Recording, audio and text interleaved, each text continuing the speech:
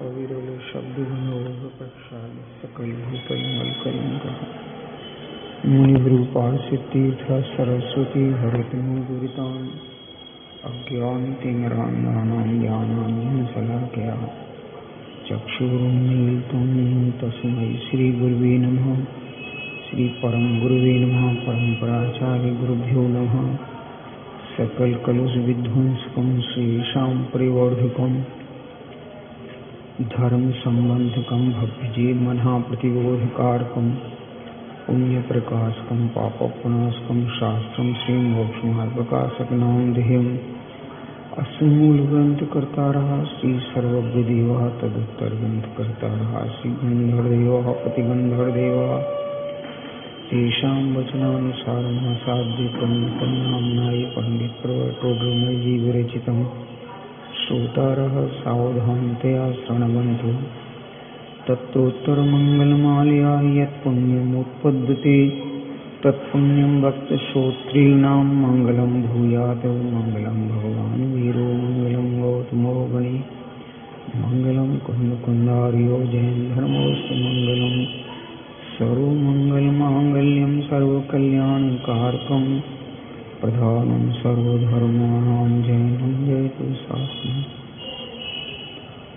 मंगलमय मंगलकरण वीतराग विज्ञान नमोता ही जाते भये अरहंतादि महा करि मंगल करि होमा ग्रंथ करण के काल याते मिले समाज सौ पावे निज पद राज। अपना मोक्ष मार्ग प्रकाशक में मोक्ष मार्ग का स्वरूप प्रारंभ किया गया है 9वें अध्याय में।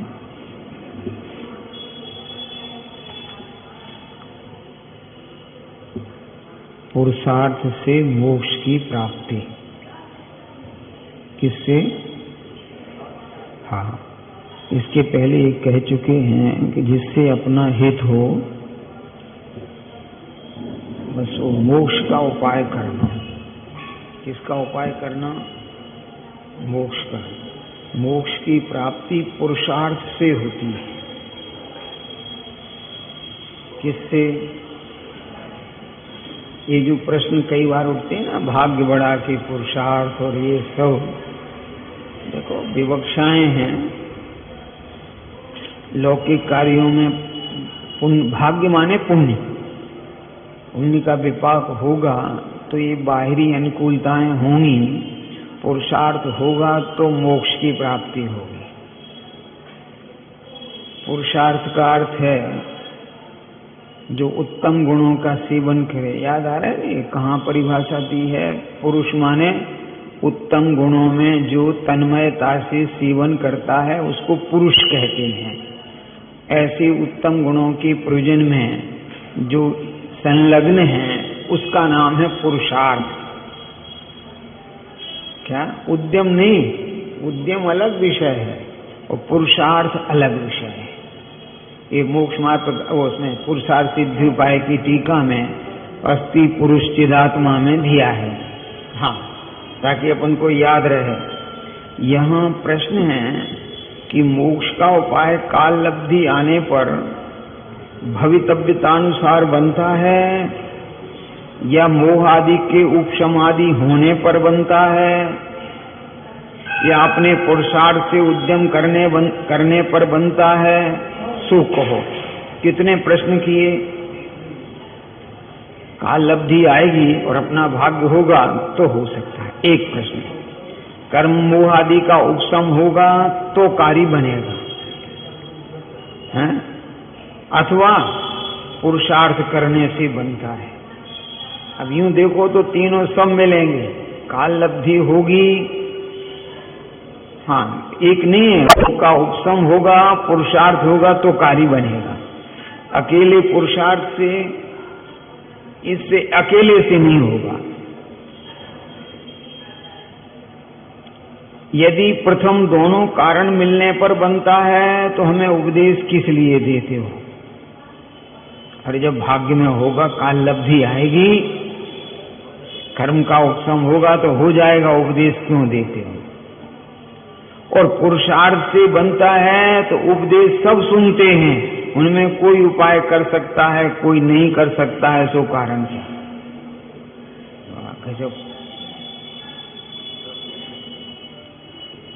अरे भाग्य से ही हो जाता है, कर्म के उपशम से हो जाता है, तो जब होना होगा उपदेश काहे का? जैसे भगवान की ज्ञान पर्याय में जब तुम्हारा मोक्ष झलक रहा है तभी होगा, उसके आगे पीछे नहीं होगा, तो काहे को हमें उपदेश देते हो? वो जब झलक रहा है जब तो हो ही गई होगा, काहे को चक्कर में पड़ना, बता दो आप। ऐसा तो नहीं हो सकता कि भगवान के ज्ञान में झलक रहा है और तुम पहले अथवा उसके काल के बाद जा पाओगे।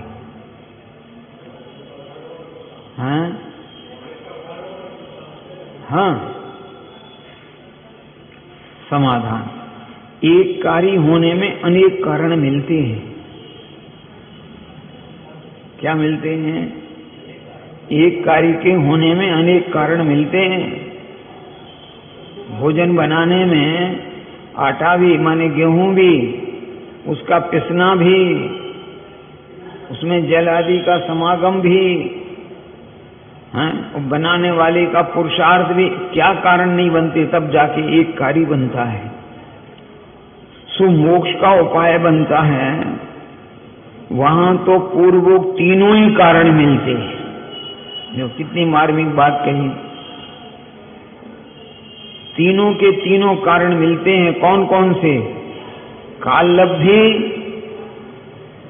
भवितव्यतानुसार अपना भाग्य जैसा होगा, मोह का उपशम और पुरुषार्थ। अभी अपन देखें तो अपने को एक काल लब्धि मिली है, मोह का उपशम है, तभी तो इस श्रुत को सुनते हैं। यदि मोह आदि का उपशम ना होता तो सुनने का ही भाव नहीं आता, नहीं आता। जिनके देखो मोह का उपशम नहीं है, उनको भगवान की वाणी सुनने के भाव ही नहीं आते। भले ही जैन हैं, काल लब्धि तो आई है, और एक ये कहें कि अभी काल लब्धि नहीं आई, जैन कुल मिला, उससे क्या होता है? जो अपन स्तुति में है कि नहीं, अब काल लब्धि बल तें दयाल, तुम दर्शन पाए भयो खुशाल। खुश हो गए? बोले हाँ। क्या खुशी है? तालियां बजा रहे कि नहीं? मन शांत भयो मिट सकल द्वंद्व, तो हुआ क्या? चाख्यो स्वातम रस दुख निकुंज। अब क्या चाहते हो? ताते अब ऐसी करहु नाथ, बिछरो न कभी तुम चरण साथ। बताइए पंडित जी के परिणामों में कैसी धारा वही होगी? बिल्कुल ऐसे ही लग रहा है कि वहां भगवान के सामने स्तुति की गई हो, फिर लिपिबद्ध बाद में भले ही किया हो पहले तो। हाँ, कोई घर में बैठ के बच्चों के बीच में नहीं लिखा जाता। हाँ, ये साधारण सी बात नहीं है। तो सभी मिलते हैं, तीनों प्रसाद। पूर्व तीन कारण कहे, उनमें काल लब्धि व होनहार तो कोई वस्तु है नहीं। क्यों नहीं है? कि जब तुम काम करोगे उसी का नाम काल लब्धि है। काल लब्धि नाम की कोई वो थोड़ी है। वो तो जिस समय तुम काम कर रहे हो बस वही तो काल लब्धि है। जिस काल में कार्य बनता है वही काल लब्धि है, और जो कार्य हुआ वही होनहार है, भवितव्यता। अरे ऐसे ही होना है। जो कर्म के उपशम आदि हैं वह पुद्गल की शक्ति है, उसका आत्मा करता हरता नहीं। होते सब हैं देखो। और तथा पुरुषार्थ से उद्यम करते हैं, सो यह आत्मा का कार्य है। जगत के जीवों ने इसलिए आत्मा के पुरुषार्थ से उद्यम करने का उपदेश देते हैं। इस जगत के जीव शरीर से उद्यम करने को तो पुरुषार्थ समझता है। किसको? शरीर से कुछ उद्यम करे तो इसे पुरुषार्थ लगता है। और चैतन्य आत्मा के प्रति उद्यम करे समझने का, अनुभवन का, इसे पुरुषार्थ लगते ही नहीं है।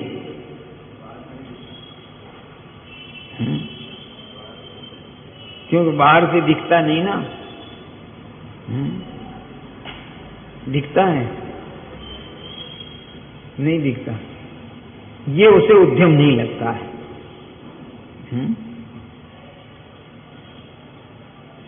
इसलिए पुरुषार्थ से उद्यम करने का उपदेश देते हैं। उद्यम करो लेकिन पुरुषार्थ के साथ। वहां यह आत्मा जिस कारण से कार्य सिद्धि अवश्य हो, उस कारण रूप उद्यम करें। अरे जिस कारण से कार्य होना है उस कारण रूप तो उद्यम करे। ये उद्यम क्या करते हैं जीव? उनसे जिनसे कार्य का संबंध है ही नहीं वो काम में लगे रहते हैं।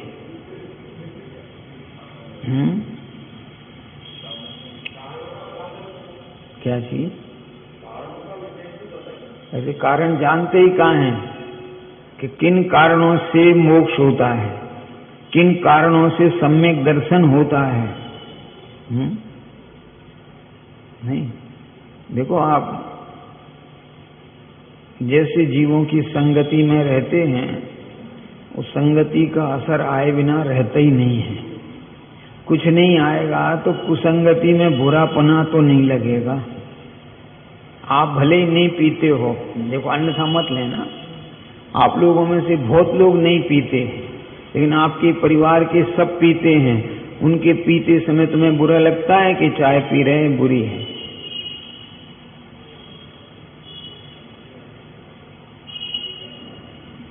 बोलो। आप नहीं पीते हो पर कोई आगंतुक आया तो उसको सबसे पहले क्या कहते हो?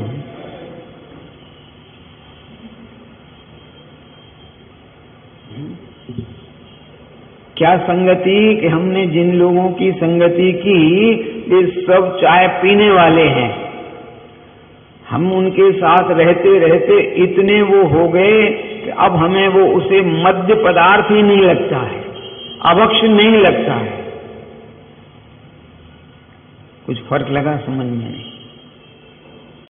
हम संसारियों से पुण्य के फल में मगन रहने वालों के साथ इतने लिप्त हो गए कि अब हमें वो आश्रय ही नहीं लगता है।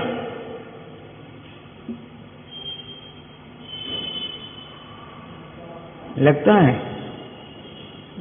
अच्छा चलो अपन अपनी सबकी बात करते हैं। मैं समझता हूं अपन यहां जितने बैठे हैं शायद कोई विरला हो जो कुएं का पानी पीता हो। नहीं पीता होगा, मैं ऐसा नहीं कहा नहीं पीता है। अच्छा अब आप जो कुएं का पानी पीते हैं और आप नल के पीते हो, बोरिंग से, नल से, आपको अटपटा लगता है कि ये बोरिंग से नल से पानी पीना पड़ता मुझे?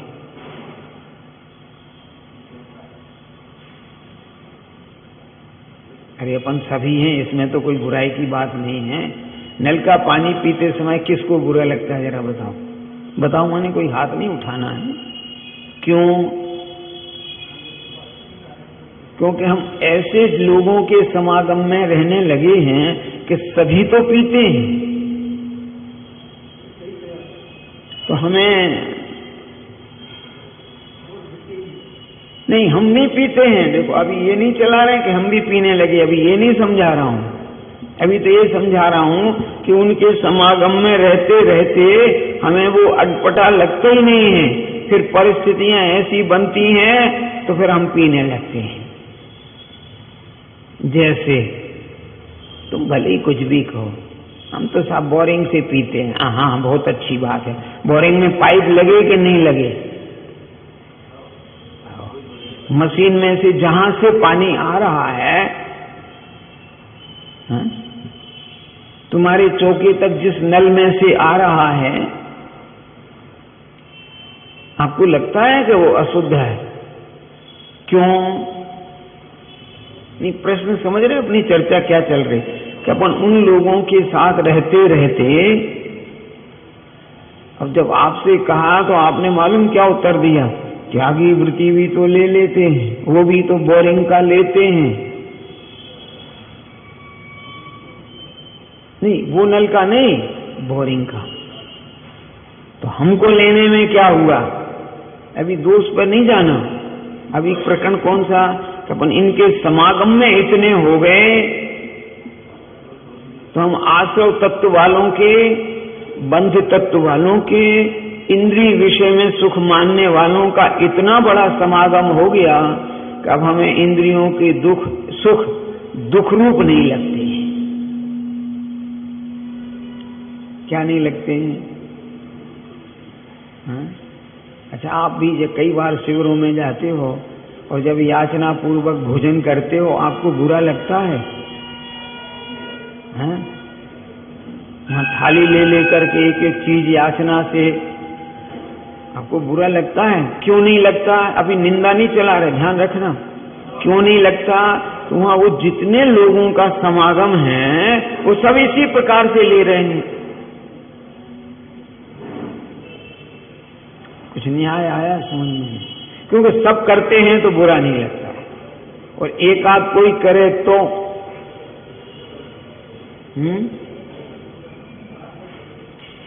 आप समझ में आए नहीं? तो एक तो हमारा समागम के कारण भी ये ऐसे परिणाम बन जाते हैं। तो वो काम करो किनसे? जिससे कारण से मोक्ष होता है। वहां तो अन्य कारण मिलते ही मिलते हैं, और कार्य भी सिद्धि, कार्य की भी सिद्धि होती है। अरे आप एक जो मूल कारण है उसको करोगे तो दूसरे कारण तो, तथा जिस कारण से कार्य की सिद्धि हो अथवा नहीं भी हो, उस कारण रूप उद्यम करे। वहां अन्य कारण मिले तो कार्य की सिद्धि हो, ना मिले तो नहीं हो। आप दूसरे जो कर रहे हो उसमें मूल पुरुषार्थ अगर हुआ तो कार्य की सिद्धि होगी, नहीं हुआ तो जैसे उपवास किया, ये उपवास की उपेक्षा नहीं हो जाए, ध्यान रखना। उपवास करना ये मोक्ष का कारण नहीं है। आत्मा की आराधना में क्षुधा न लगना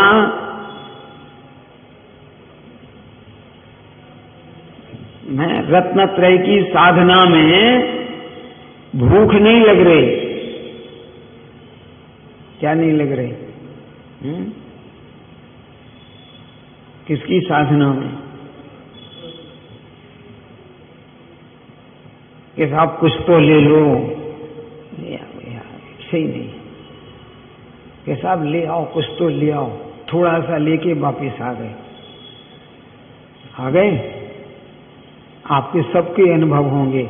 बेटी की बारात आ रही हो, कितनी भूख लगती है इनके माँ बाप को, बेटी के माँ बाप को। फिर कहते हैं कि तुम सवेरे से तुमने कुछ नहीं खाया है, फिर बारात दरवाजे पर आने वाली है, फिर तुम सब उसमें लगोगे, कुछ तो ले लो। तो कहता भूख नहीं है। क्यों नहीं? क्योंकि उसका उपयोग उतना उत्कृष्ट है वर्ण के उसमें।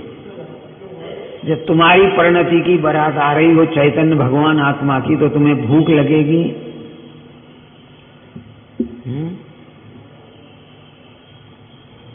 कभी सोचा? नहीं सोचा। नहीं सोचा। अच्छा, इन्हें खाने के विकल्प आते हैं। एक बात बताऊं आपको, सारे बारातियों को भूखे मिल जाएंगे। आपको सारे बाराती मिल जाएंगे टोटल, वर-वधू को छोड़ के। आज तक तुमने कभी वर को टूटते देखा? नहीं। देख लोगे तो मैं मना कर दूंगा, मैं उसको भी छोड़ दूंगा, मुझे कौन सी तकलीफ है। अभी तक मैंने जो देखा कि वर-वधू के लिए कहीं भोजन पे टूटते नहीं देखा, बल्कि उनकी व्यवस्था बढ़िया से बढ़िया अलग कर दी जाती है।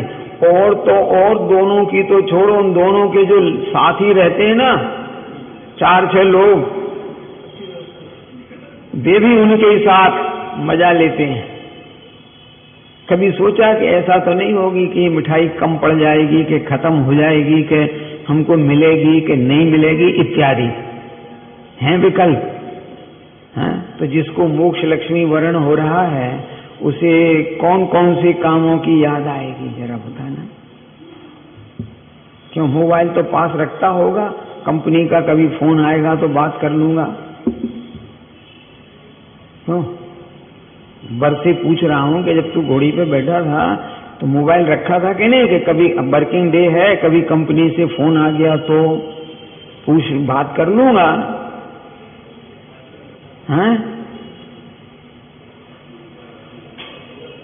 तो सब आगे की तुम खुद समझ लो। अब नहीं नहीं, बहुत सारी बातें। इसलिए उद्यम कौन सा करना जिससे मोक्ष होता है, तो वो बाहरी और दूसरे कारण तो मिलते ही मिलते हैं ऐसा, और अन्य कारण मिले और कार्य सिद्ध हो, वो पुरुषार्थ मिलेगा तो ही काम बनेगी, बाकी से नहीं। इस जगत के जीवों ने वही पुरुषार्थ नहीं किया, अन्य सारे पुरुषार्थ किए, तो इस जीव को स्वर्गादि की सिद्धियां हुई। देखो बुरा नहीं है, दुर्गति से बचा, दुर्गति के दुखों से बचा, दुख से नहीं बचा, दुर्गति के दुखों से बचा।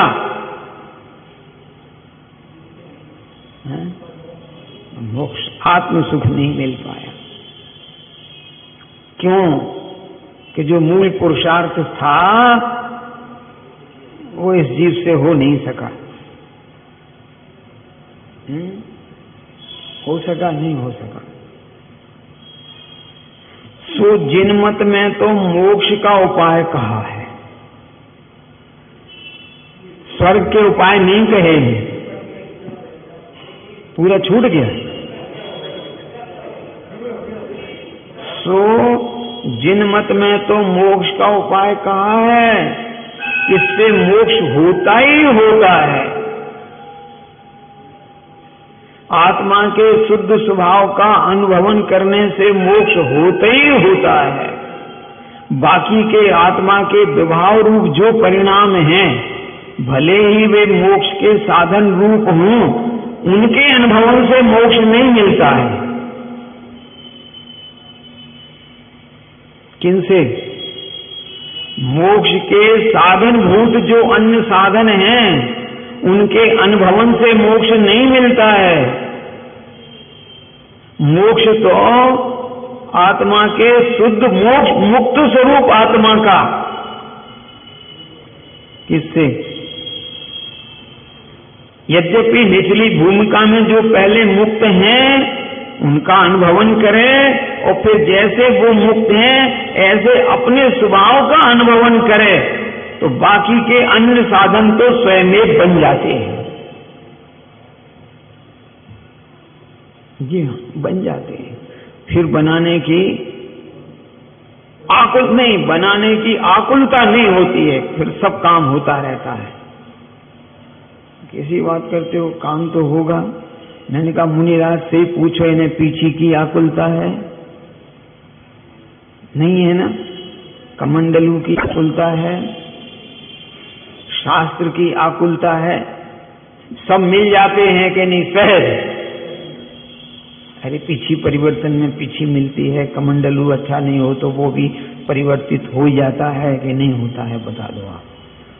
अध्ययन करने के लिए स्रोत मिलता ही है कि नहीं, कि आकुलता होती है?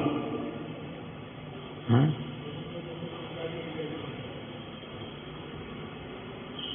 जब बताइए इतना बड़ा कार्य करने पर कब स्वभाव की आराधना हो रही होगी तो, और स्वभाव की आराधना न हो तो नाना प्रकार के विकल्प उत्पन्न हो सकते हैं। हो सकते हैं क्या? इसलिए उपाय किसका करना? उसके काल लब्धि होनहार भी हुए। किसके? जिसने मोक्ष के साधन का अनुभवन किया, मोक्ष स्वभाव आत्मा का अनुभवन किया। कितना?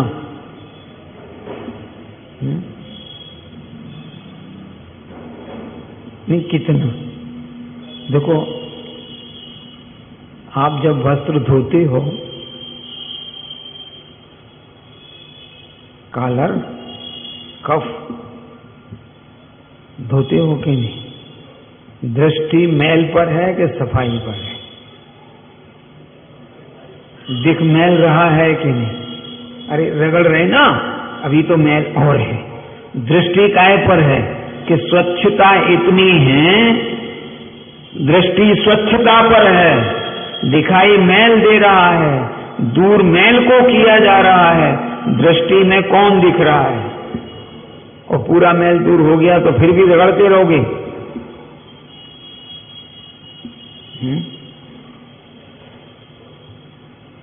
तो दृष्टि किस पर होना चाहिए? अनुभवन किसका?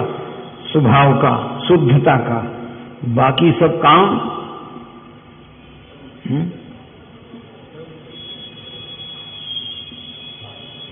सब होंगे। इसलिए जो पुरुषार्थ से मोक्ष का उपाय करता है उसको सर्व कारण मिलते हैं। कौन कौन से कारण मिलते हैं?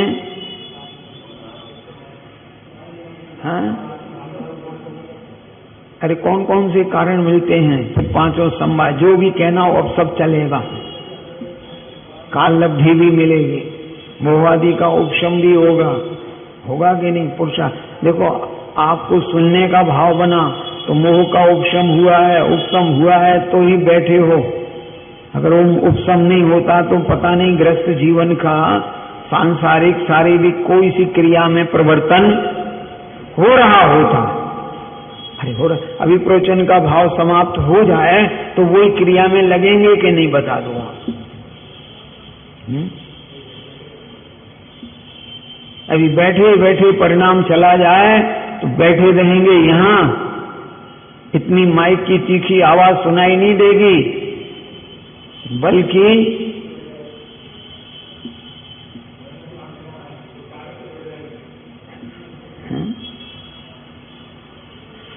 ऐसा निश्चय करना। तथा निश्चय की कल बात कही थी कि नहीं? कुछ याद है? निश्चय माने बिना निर्णय किए तो तुम करोगे क्या? निश्चय माने क्या? ये कह रहे ना, देखो, इसलिए जो पुरुषार्थ से मोक्ष का उपाय करता है उसको सर्व कारण मिलते हैं और उसको अवश्य मोक्ष की प्राप्ति होती है, ऐसा निश्चय करना। निश्चय माने ऐसे ही अनुभवन करना, निश्चित होती ही होती है। अरे होती है कि नहीं? अरे जितने कर्म का क्षय हो गया है उतनी आपको मोक्ष की प्राप्ति हो ही गई। अरे उपशम भी हुआ है मोहादि का, तो उपशम रूप उतनी तो आपको मोक्ष प्राप्ति हुई है। हाँ, जैसे सम्यक दर्शन होने पर अनंतानुबंधी जन्म तो मोक्ष हो ही गया, वो तो खत्म ही हो गई। 41 प्रकृतियों की मैल आना ही बंद हो गया। इतनी तो शुद्धि, इतना तो मोक्ष।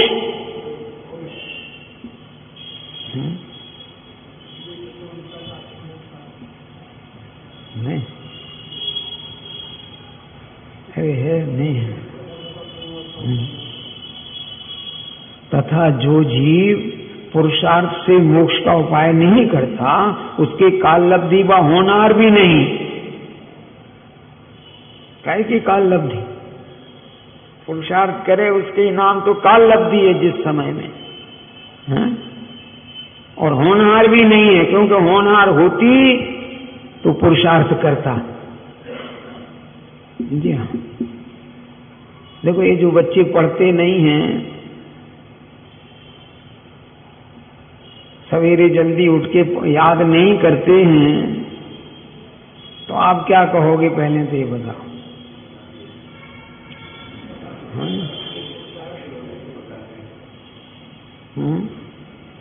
अरे याद करने बैठे तो होनहार काल लब्धि सब तो हैं, और याद ही नहीं करे तो फिर घर के माँ बाप क्या कहते? बुद्धि तो बहुत है इसमें। हाँ, एक बार पढ़ ले सुन ले तो याद हो जाता है, पर क्या करें, मन तो खेलने में लगा है।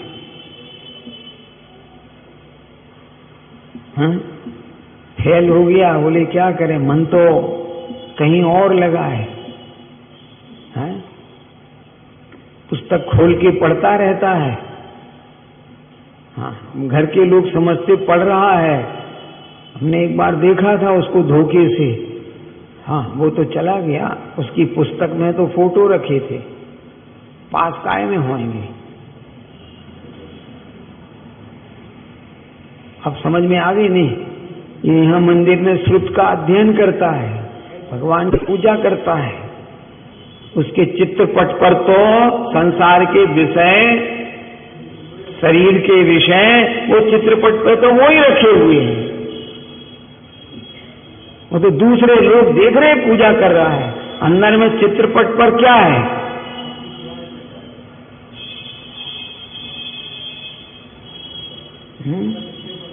कुछ फर्क समझ में आया नहीं? ये कह रहे हैं कि भैया निश्चय करो, इन विकल्पों में क्यों पड़े हो, इससे मोक्ष नहीं होगा। होगा?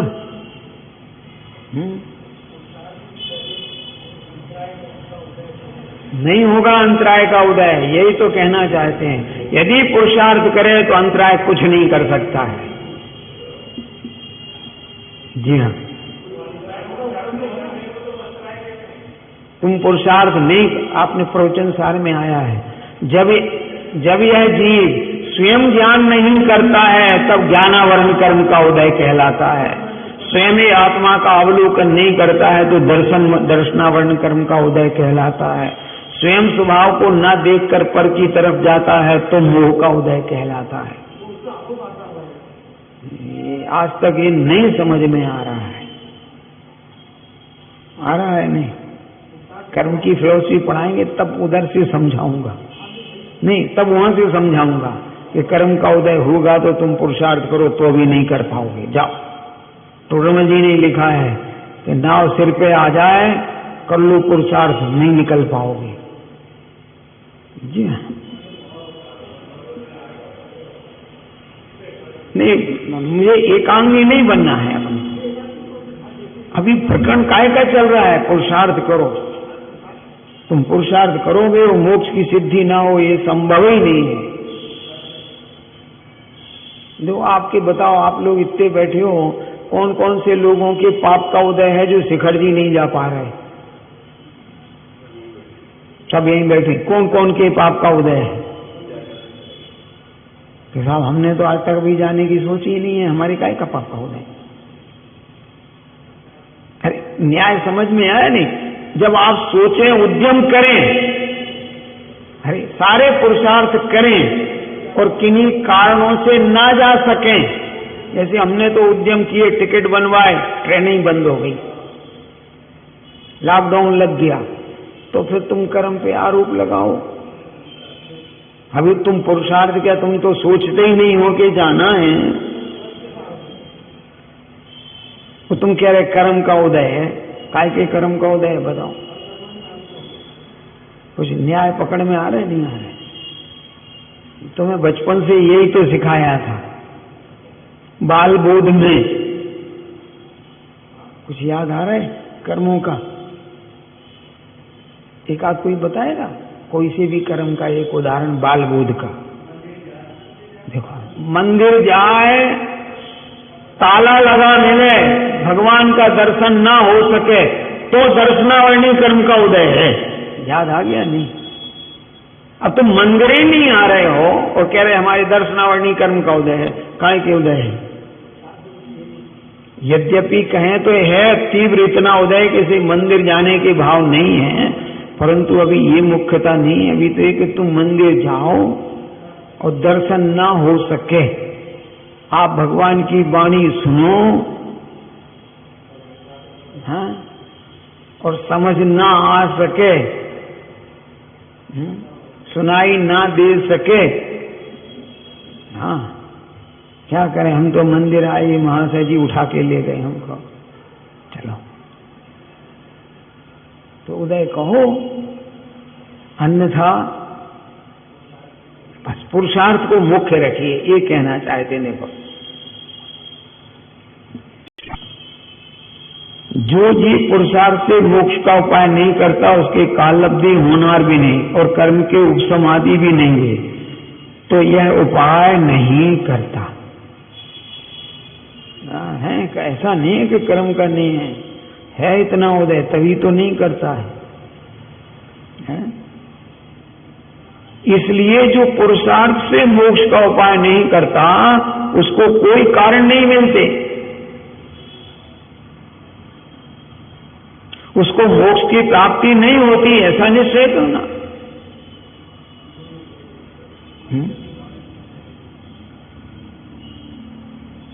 अब समझ में आया ना? हाँ, जो पास होने नहीं चाहते हैं उन्हें क्या क्या नहीं मिलता है?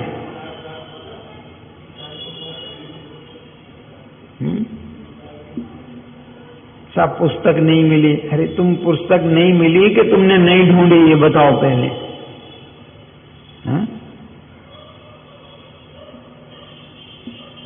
तुमने पढ़ा नहीं कि कोई ने पढ़ाया नहीं? ये तो बताओ पहले।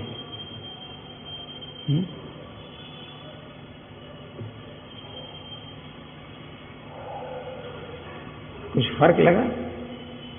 ऐसा तथा तू कहता है उपदेश तो सभी सुनते हैं, कोई मोक्ष का उपाय कर सकता है, कोई नहीं कर सकता, सो कारण क्या? उपदेश तो सब सुनते हैं, कोई उपाय करता है और कोई, उसका कारण यही है कि जो उपदेश सुनकर पुरुषार्थ करते हैं वे मोक्ष का उपाय कर सकते हैं। कौन? जो उपदेश सुनते हैं, जो उपदेश सुनते ही नहीं हैं।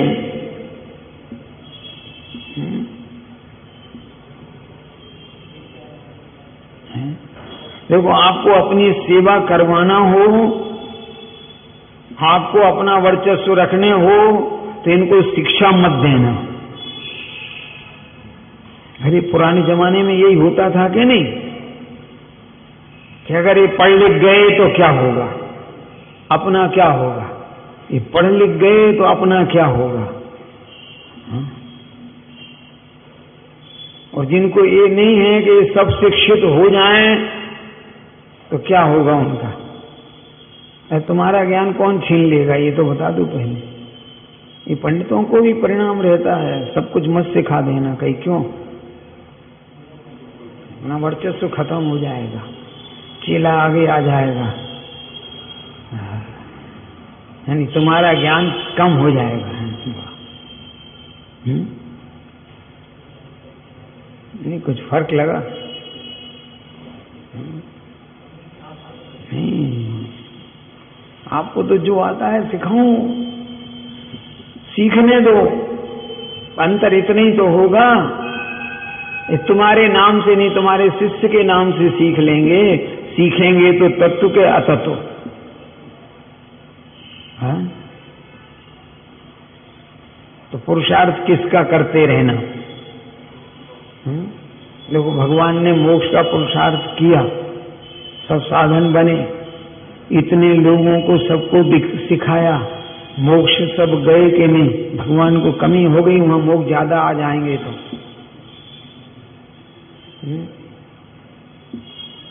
नहीं।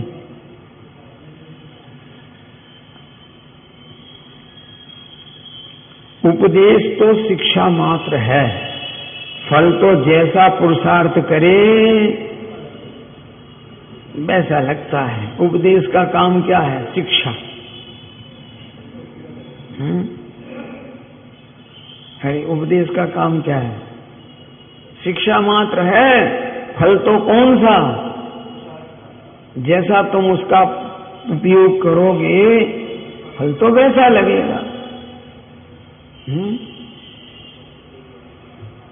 राजवार्तिककार कह रहे हैं कि यदि इस पर भी सिर रखते हैं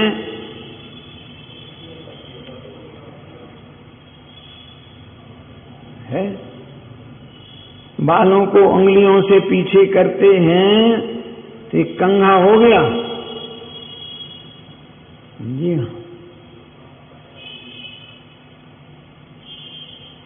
है। इनने सो भजन ही बना लिया, तकिया भुजा बनाऊं वो दिन कब पाऊं, अरे वाह रे भगवान। है ना एक भजन, मैं वो दिन कब पाऊं, घर को छोड़ बन जाऊं। नहीं भाव देखो, उसके भावों में यही पता लगा कि उनको सिद्धांत का विशेष ज्ञान नहीं था। तो उस कवि का भाव है कि सारे परिग्रह को तो छोड़ दो और शरीर मात्र रखो। इसलिए भजन को दोष मत ठहराना। हाँ, नहीं, उसको दोषी मत ठहराना, क्योंकि उसे जितना ज्ञान था बाहरी उतना उसने रखा और अपनी भावना रखी, उसमें क्या ऐतराज है? बल्कि खुश होना चाहिए कि ऐसे भी गवैया भव्यात्माएं हैं जो ये भावना रखते हैं कि मैं वन को जाऊं और सर्व परिग्रह का त्याग करूं और जो भी उपयोग है वो अपने शरीर से ही लूं, अन्न से नहीं लूं। वो तो प्रशंसनीय है। अरे है कि नहीं? लेकिन पंडित जी आपको प्रशंसनीय नहीं है, क्योंकि आप तो सिद्धांत समझते हो ना। आप ऐसी भावना क्यों रखते हो? आप तो ये भावना रखो कि वो दिन कब पाऊं जब स्वभाव में रम जाऊं।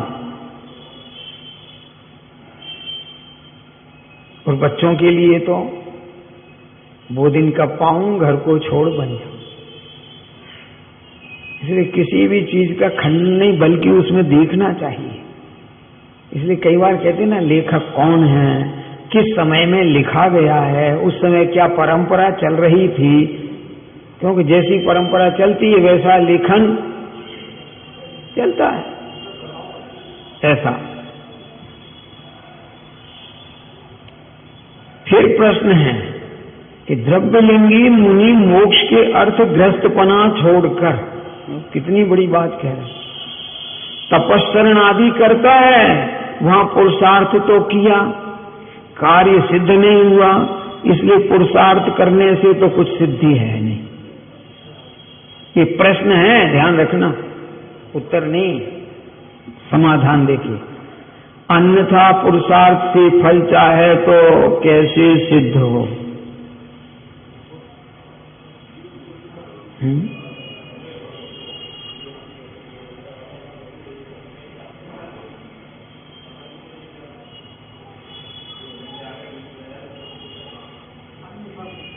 पुरुषार्थ तो अन्यथा है। तपस्चरण आदि व्यवहार साधन में अनुरागी होकर प्रवृत्त है, उसका फल शास्त्र में शुभबंध कहा है, और वह उससे मोक्ष चाहता है तो कैसे होगा? ये तो भ्रम है।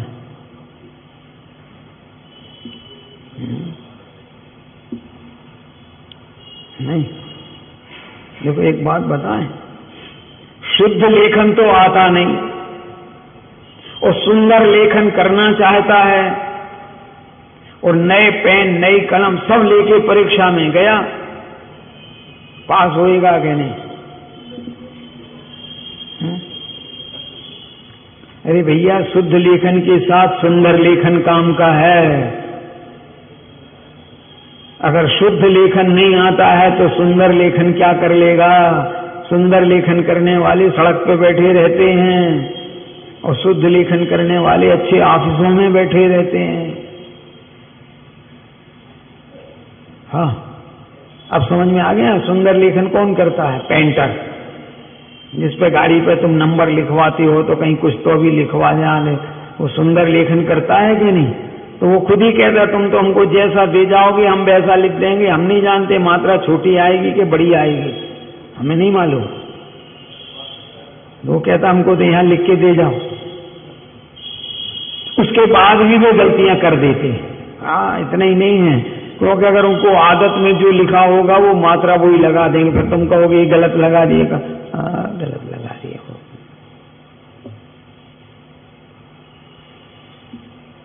फिर भी सुधरवाना पड़ता है कि नहीं, कि तुमने ये काम कैसे कर दिया। तुम सुधरवा लो, वो दोष तो दिखेगा, जिसको ओवर एक्टिंग कहते हो है। तो पुरुषार्थ जिससे, जो पुरुषार्थ से मोक्ष होता है वो तो करता नहीं, अन्यथा करता है। अन्यथा माने क्या? निराश्रव का पुरुषार्थ करता नहीं आश्रव का पुरुषार्थ करता है, आश्रव से बंध होता है, बंध से स्वर्गादिक की सिद्धियां होती हैं, मोक्ष कहां से हो जाएगा?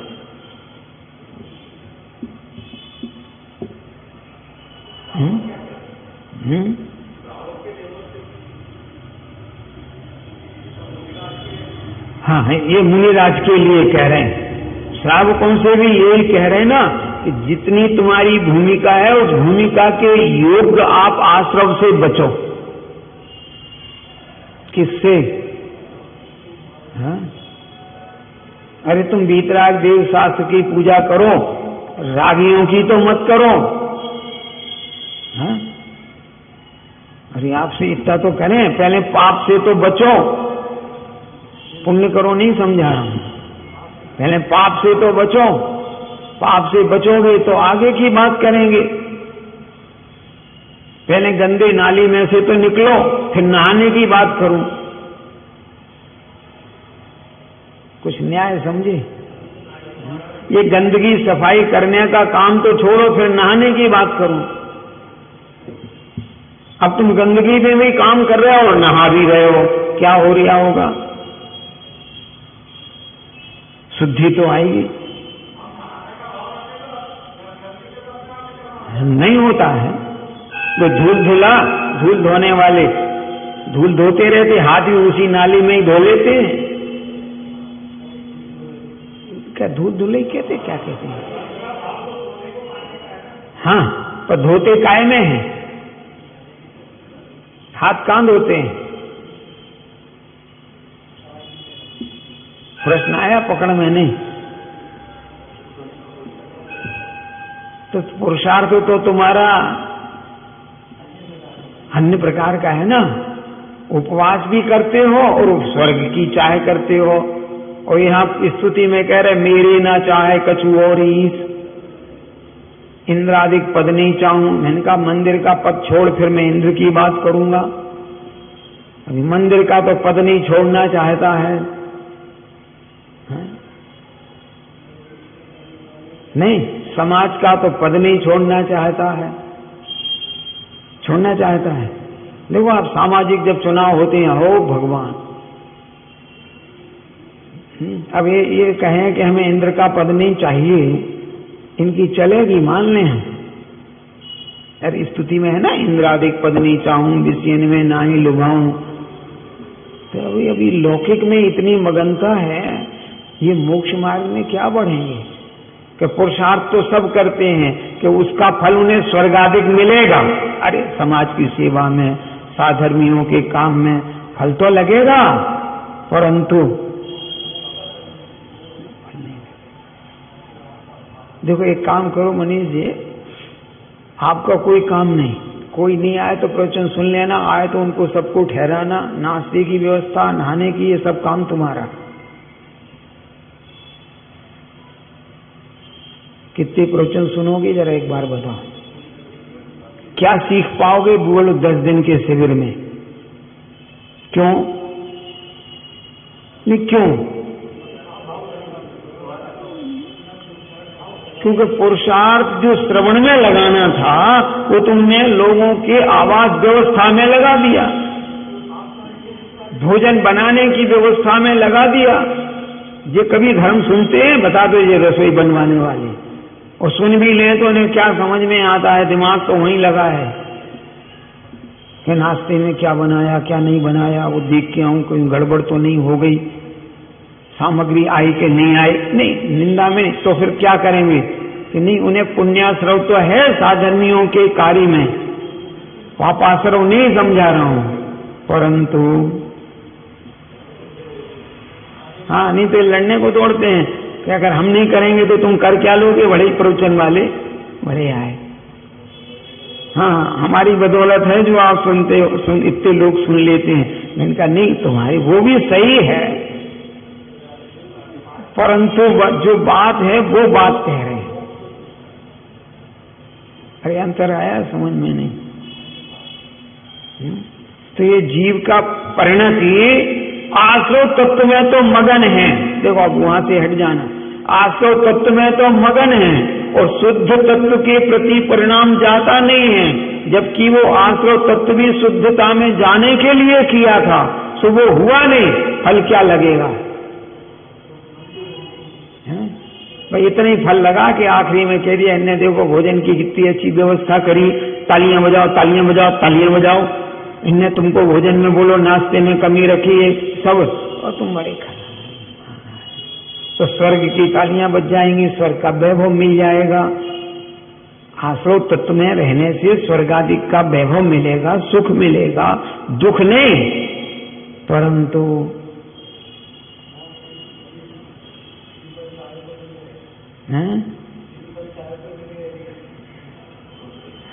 बस ऐसा अर्थ है। देखो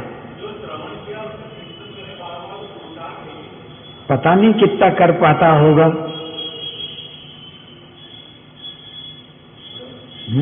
नाश्ता बनाने का अभी यही समय है कि दूसरा है? तो आप नाश्ता बनवाओगे कि यहाँ प्रवचन में बैठ जाओगे? और प्रवचन में बैठ गए तो ये काम करेंगे? बोलो। अरे नहीं, निंदा में देखो, एक तो होता है निंदा, निंदा में नहीं, वो भी तुम्हारे साधर्मियों की जो तत्व सुनने बाहर से आए हैं इत्यादि, उनकी व्यवस्था ही कर रहे हैं, कोई बुरे काम नहीं कर रहे हैं। हाँ, कोई पाप में नहीं लगाया है मैंने। परंतु हाँ हाँ क्या कह रहे हैं? बहुत सारी बातें हैं। देखो इसको अपन यहीं तक रखना सीमित, आगे थोड़े बड़े तो गड़बड़ा जाएगा विषय। नहीं, बहुत संतुलित बनाए रखना अपनी भाषा से भी और प्रश्नोत्तरों में भी। क्या इसने हमने अपनी अपनी बातें करी हैं, दूसरों की नहीं की हैं। हाँ, अन्य पुरुषार्थ से फल चाहे तो कैसे सिद्धि हो? तपश्चरण आदि व्यवहार साधन में अनुरागी होकर प्रवर्ते, उसका फल शास्त्रों में शोबंद कहा है, पाप नहीं कहा।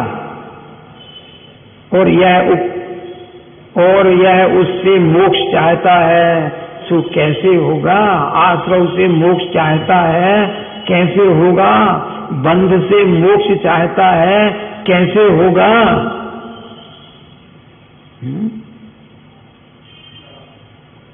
हलवा पूड़ी खाके ध्यान कैसे होगा? किसी और को समझाना।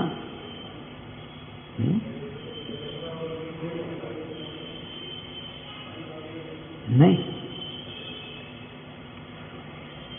प्रश्न समझ में आ रहे नहीं? अरे गरिष्ठ, ये हलवा पूड़ी से वो पदार्थ नहीं है ना गरिष्ठता में। ये व्यक्ति गरिष्ठ भोजन करेगा तो प्रमाद नियम से आते ही है, क्या करें इसमें? हाँ, मैं साल भर अपने घर कभी नहीं सोता हूं, और 10 लक्षण में बहुत जरूरी है सोना। दोपहर में यहां तक कि लोग आके जगाते हैं, पंडित जी चलो टाइम हो गया। हाँ चलता हूं। क्यों नहीं? देखो निंदा में मत लेना। क्यों कि इस तरह का गरिष्ठ भोजन हम घर पे करते नहीं, कहीं ना कहीं अन्य कार्यों में व्यस्त रहते हैं। यहाँ कोई दूसरा काम तो है नहीं। अरे बाहर से आया हूं, यहाँ कोई काम तो है नहीं। फिर सवेरे उठे थे, वो पूजा वूजा कराई, तो थक भी गए, शरीर से थोड़ा श्रम हो गया ना। अरे हमेशा की अपेक्षा कुछ श्रम ज्यादा भी तो हो गया। फिर इनने हमको अच्छा गरिष्ठ माल खिला दिया। फिर हम घर गए तो फिर वहां भी कोई काम था नहीं। अरे कहीं व्यस्त हो जाते काम में तो एनर्जी व्यय होती, वो एनर्जी वो भी व्यय नहीं हुई। तो आखिरकार दर्शनावर्णी ने कहा कि आओ हम तुमको विश्राम दिलाते हैं।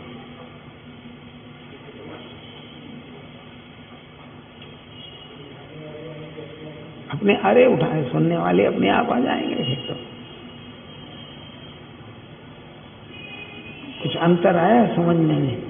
तो ये जीव के साथ ऐसा हो जाता है बस।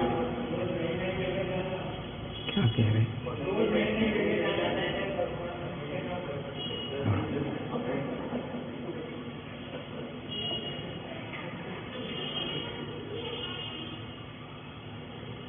एक नियम कर लो गरिष्ठ भोजन नहीं किया करें, गरिष्ठ भोजन नहीं किया करें। नहीं, मीठा नहीं खाएंगे मैंने मना नहीं किया है, घी नहीं खाएंगे ये नहीं कहा है, गरिष्ठ नहीं खाएंगे, उतने ही सेवन करेंगे जितनी हमें आवश्यकता है। ये कहेंगे और ले लो, मैं तत्काल कह दूंगा नहीं। जैसे हमारी बुंदेलखंड तरफ एक प्रवृत्ति है, अब है कि नहीं पता नहीं, पहले जमाने की बात कर रहा हूं, पहले थी प्रवृत्ति। एक पूरी खाई नहीं और मुन्ना शुरू हो गई उनकी, फिर एक रख दी, चुपचाप रखवा ली, फिर खा ली, फिर भी उन्होंने कहा नहीं गरम है ले लो, रखा। पहले थी, अब है कि नहीं मुझे नहीं मालूम, क्योंकि हम ही बरसों से नहीं गए, पर पहले प्रवृत्ति थी ना करने की। नहीं नहीं नहीं, क्या मतलब था उसका? हमको भोजन की लालसा नहीं है, लिप्तता नहीं है। देखो बात समझ में आ रही नहीं, हमको लालसा नहीं है, लिप्तता नहीं है। जी हाँ, हम तो एक बार का परोसा हुआ भोजन लेते हैं, बार बार हम नहीं चाहते कि फिर रखो फिर रखो फिर रखो। हमारे पास इतना समय नहीं है कि तुम्हारी गर्म पूड़ी निकले जब तक हम फालतू बैठे रहे हाथ लिए। हम आप तो ऐसे हो गए, इसको दे दो, अभी है ही नहीं, एक फलका आया है, अभी खा रहा, 3 जने बैठे हैं, 2 यूं ही आपने मुंह देख रहे हैं, अरे कितनी लालसा है तुमको खाने की गरम की, कह दो ना हमको तो करने आए हैं, जो भी है ठंडी कर दो, उसमें क्या है तो गरम अभी की बनी, अरे ठंडी है बाकी थोड़ी है। हाँ? हमारे मुनिराज तो पहले से ही ठंडा लेते हैं, सब चौका पूरा जम जाता है। अब तुम अभी पंडित होकर भी गरम खाने की आदत रखोगे तो महाव्रती बनोगे कैसे? असिस्टेंट तो तुम ही हो। अरे मुनिराज के असिस्टेंट तो आप ही हो, कोई दूसरा थोड़ी है। अब असिस्टेंट को आदत नहीं होगी तो दूसरा करेगा क्या, ये तो बता दो पहले।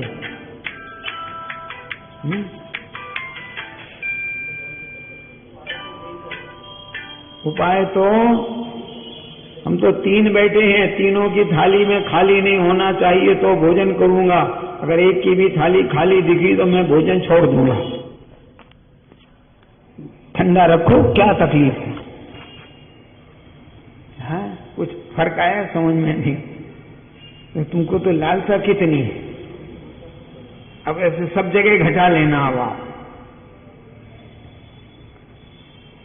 फिर प्रश्न है कि भ्रम का भी तो कारण कर्म ही है, कौन ही भ्रम का कारण भी? पुरुषार्थ क्या करे? सुनो, सच्चे उपदेश से निर्णय करने पर भ्रम दूर होता है। उपदेश सच्चा होना चाहिए। कैसा होना चाहिए? देखो, जो शिक्षित योग कराते ना, वो बताते हैं हाथ ऊपर जाए तो सांस लेना के छोड़ना, हाथ नीचे आए तब सांस का क्या करना, किस क्रम से छोड़ना। और जो सच्चे उपाय नहीं जानते हैं, बस वो हाथ ऊपर नीचे करके बता देंगे, ऐसा कर लेना, ऐसा कर लेना, ऐसा कर लेना। आपको कुछ तर्क आया पकड़ में? नहीं। हाँ,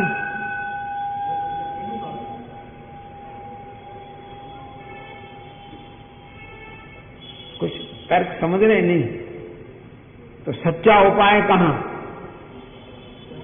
तो फिर जो सच्चा जो शिक्षित है वो समझाए तब तुम काम करना।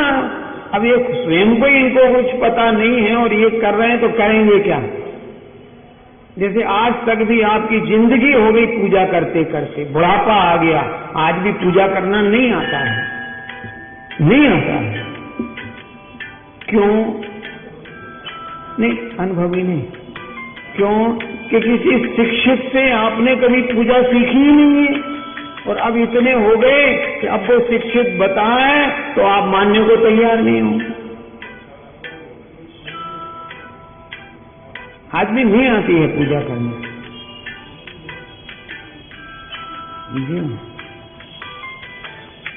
हैं? क्या बात कर रहे हैं? हम तो 60 साल हो गए पूजा करते करते। सही है, गलत नहीं है, करते हुए अच्छी बात है, करना चाहिए, जैसे बने करो, निषेध नहीं है।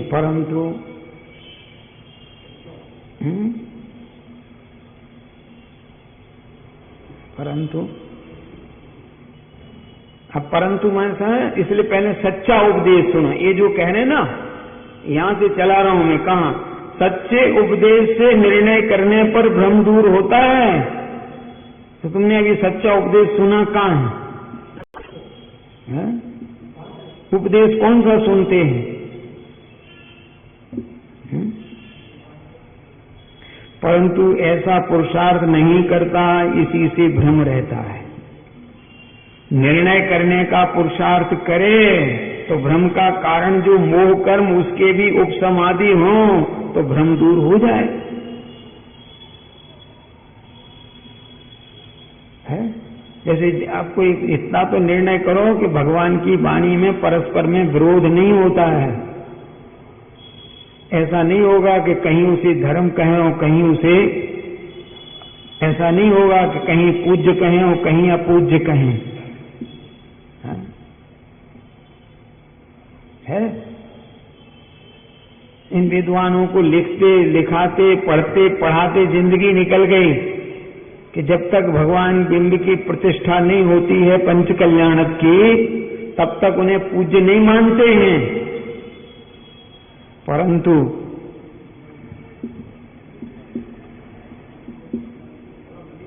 जिनमें प्रतिष्ठा ही संभव नहीं है, वे उनमें भी पूज्यपना मानते हैं।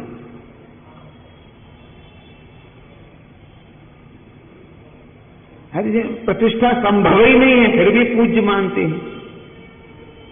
आदर्श होना अलग बात है और पूज्यपना अलग विषय है। चित्रादि आदर्श तो हैं, नहीं पूज्य तो कौन है? अरे जब तक मुनिराज, जब तक आचार्य परमेष्ठी किसी को साधु परमेष्ठी की दीक्षा नहीं दें, संस्कारित नहीं करें। अरे आपने देखी होंगी ना दीक्षाएं, अरे टीवी पे साक्षात कैसे भी दीक्षित तो होंगी। अरे कहीं तो देखी होगी, टीवी पे देखी होगी, साक्षात देखी होगी, जैसे भी नहीं देखी होगी, सुनी तो होगी कि दीक्षा हो रही।